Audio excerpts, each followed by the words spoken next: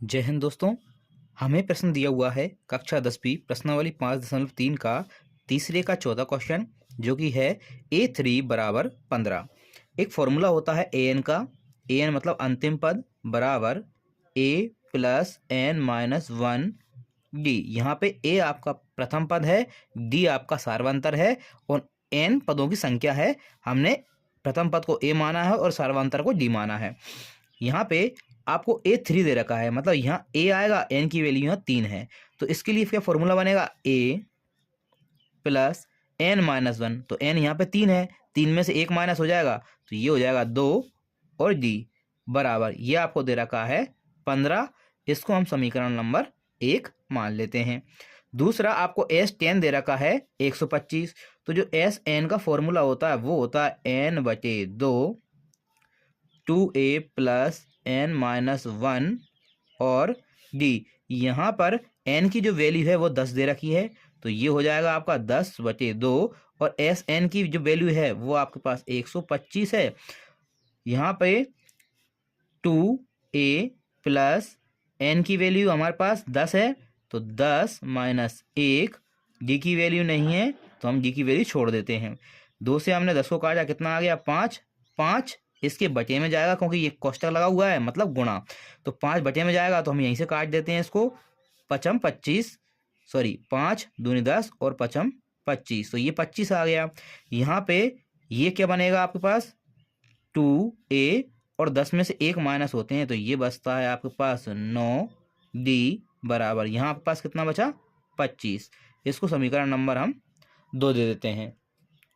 अब समीकरण 1 और 2 से हम क्या करेंगे, हम इसमें 2 का गुणा करेंगे, समीकरण 1 में 2 का गुणा करेंगे और इसमें से इसको माइनस कर देंगे।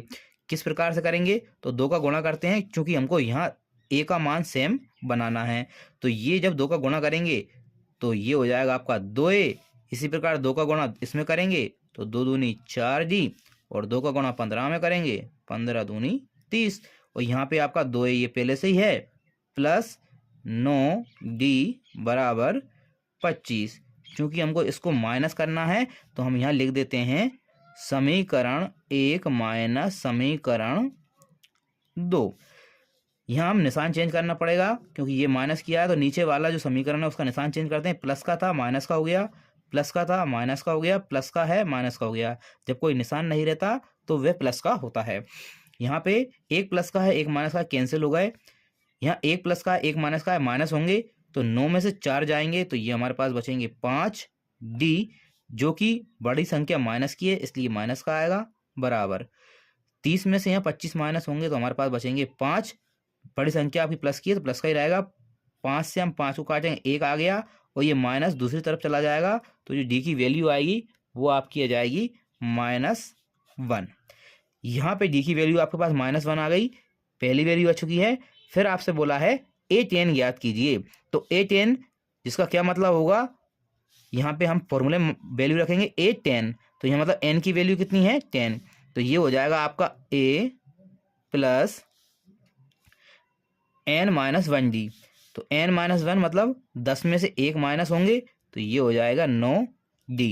लेकिन यहाँ पे हमारे पास d की वैल्यू है, a की वैल्यू नहीं है। तो उसके लिए हम क्या करते हैं, जो d का मान है -1 उसको समीकरण नंबर हम 1 में रख देंगे। तो हम रखते हैं d का मान समीकरण 1 में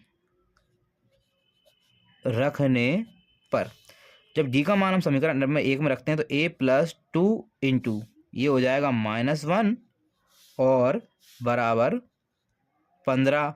तो a बराबर 2 एकम कितने होते हैं 2, और ये माइनस प्लस माइनस, तो माइनस का 2 हो जाएगा, माइनस को 2 दूसरी तरफ जाएगा तो ये प्लस का हो जाएगा, तो 15 प्लस 2। तो यहाँ पे जो a की वैल्यू आई वो आपकी कितनी आ गई, 15 और 2 17। अब इस वाले समीकरण में हम मान रख के a10 का मान निकाल सकते हैं। तो ये A10 बराबर a प्लस 9d। यहाँ पे a की वैल्यू आपके पास 17 है, प्लस 9, d की वैल्यू यहाँ पे -1 है तो हम गुणा कर देते हैं -1 से। ये हो जाएगा 17, 9 एकम 9 और प्लस माइनस माइनस 17 में से हम 9 को माइनस करेंगे तो ये हमको प्राप्त होते हैं 8। तो जो एज 10 की वैल्यू है वो आपको मिलती है 8। ये आपके प्रश्न का उत्तर।